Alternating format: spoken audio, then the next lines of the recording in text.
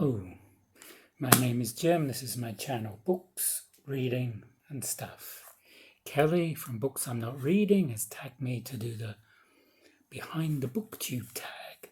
This is a tag created by the wonderful Sheddy Swearingen. I'll link to both their videos in the show notes below. First prompt. What has surprised you most about Booktube, both in a good way and a bad way? In a good way, the classic answer is the community. It's a wonderful community of people. And also in a good way, there's so many great book recommendations. I've been following the FOMO Bookclub, which was created by Alice, Gemma and Jack. I'll link to that as well down below. And they've just picked some cracking books. The best book I've read this year, in my opinion, is Jamaica Inn, which was a choice of the FOMO Book Club. Without that, I probably wouldn't have picked it up at all. And also Alan, Big Hard Books and Classics. He recommended The Catcher in the Rye. I hated this when I read this as a teen, but I've reread it recently because Alan recommends it, and I really liked it the second time. It was a real surprise to me. I could identify with Holden Caulfield more. He's got his unprocessed grief for his brother who died, which is why he acts the way he does.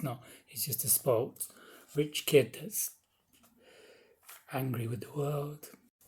Bad things, I can't think of anything particularly bad. I've had a great time so far on Booktube. I enjoy being here. Question 2, how do you balance reading and Booktube with the rest of your life? My reading has gone up since I've been on Booktube because I wanted books to talk about, so I've been reading more. And the balance, I find some balance. In the summer, I have more time to put out content because I have less work. When I'm busy with work, I'm a teacher, then the content may be reduced, but I find a way through.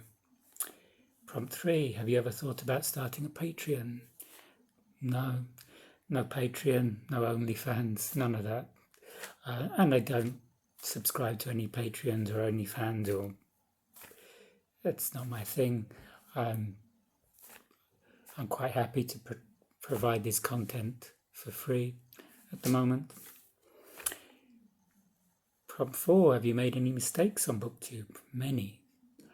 Tiny mistakes when I'm going through the editing. I see I've said the wrong thing, mentioned the wrong book, or sometimes I put a spelling mistake on a caption.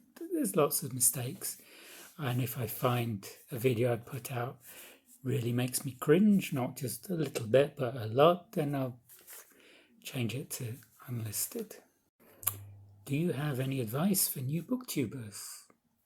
Yes, put some content out, put lots of content out, see what works, see what doesn't, see what gets the best interactions, and see how you feel about it. What are your thoughts on the YouTube algorithm? I wish I knew how to manipulate it.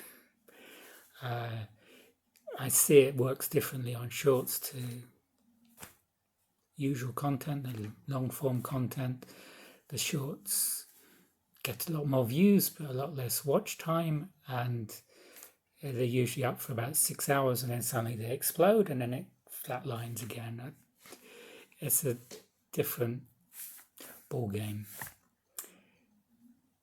7a, how do you decide what videos to make? This video I'm making because Kelly tagged me. Tag videos, someone tags me and I do it. A lot of my videos are inspired by seeing what other booktubers put out there, and if I've got something to say that takes more than just a comment on their video, then I'll put out a video.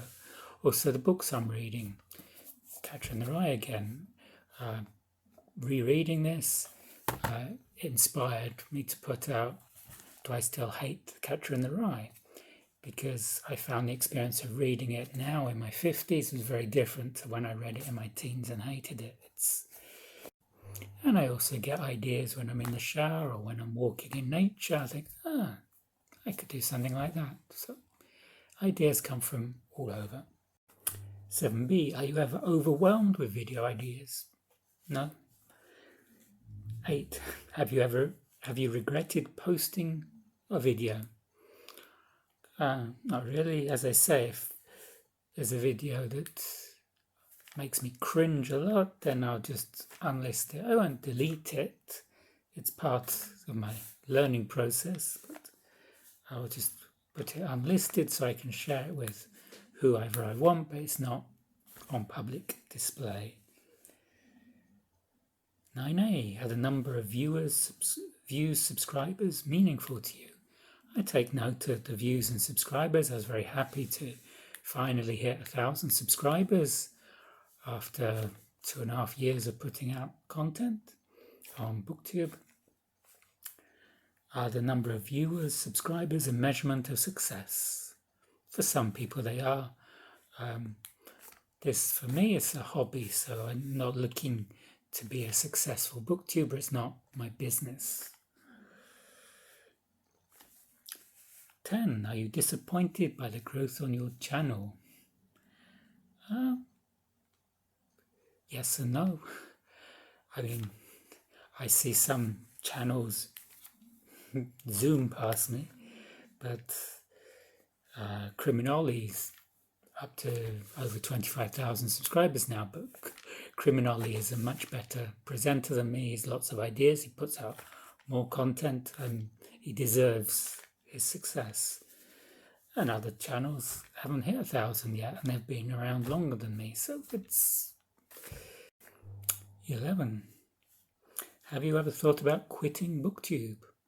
Not seriously. I'll continue doing it while I'm happy doing it. I tend to go through phases of things. I'm surprised. I've been here, it'll be 3 years in September, but I've got no plans to stop. I'm enjoying it. I enjoy the interaction with other booktubers.